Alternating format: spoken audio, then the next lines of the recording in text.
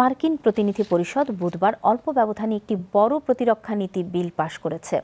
ডেমোক্র্যাটরা বিলটির বিপুল ব্যয়, ইরান যুদ্ধ এবং ইসরায়েলের সঙ্গে পেন্টাগনের সম্পর্ক আরও জোরদারের কিছু বিধান নিয়ে আপত্তি জানালেও বিলটি অনুমোদন পেয়েছে। 2027 অর্থ বছরের জাতীয় প্রতিরক্ষা অনুমোদন আইন অনুযায়ী মার্কিন সামরিক বাহিনীর জন্য রেকর্ড $1.15 ট্রিলিয়ন ব্যয়ের অনুমোদন দেওয়া হয়েছে। প্রতিনিধি পরিষদে বিলটি 216-212 ভোটে পাশ হয়।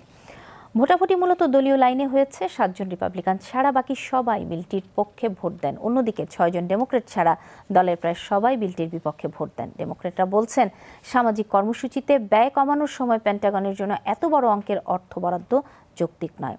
তারা ইরানের সঙ্গে চলমান যুদ্ধেরও বিরোধিতা করছেন। পেন্টাগনের হিসাব অনুযায়ী এই যুদ্ধে এখন পর্যন্ত যুক্তরাষ্ট্রের প্রায় $37.5 বিলিয়ন খরচ হয়েছে। তবে রিপাবলিকানদের মতে ইরানের সঙ্গে চলমান যুদ্ধে সামরিক বাহিনীকে সহায়তা করা, প্রতিরক্ষা সক্ষমতা বাড়ানো, নতুন অস্ত্র ও সরঞ্জাম কেনা এবং সেনা সদস্যদের বেতন বাড়ানোর জন্য এই বিপুল ব্যয় প্রয়োজন।